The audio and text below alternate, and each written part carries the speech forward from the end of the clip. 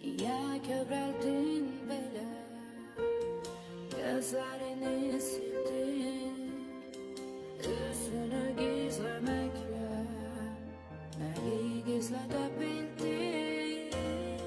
Gönlündəki bəllidir, onu dilə gətirmə, sözü təsəllidir, ümidini itirmə.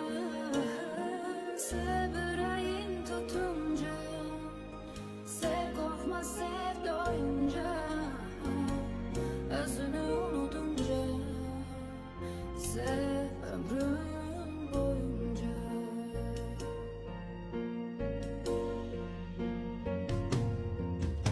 Sevgin kanatsız kuş kimi göğe uçmak isteyir, arzuları yaşadı, hakikati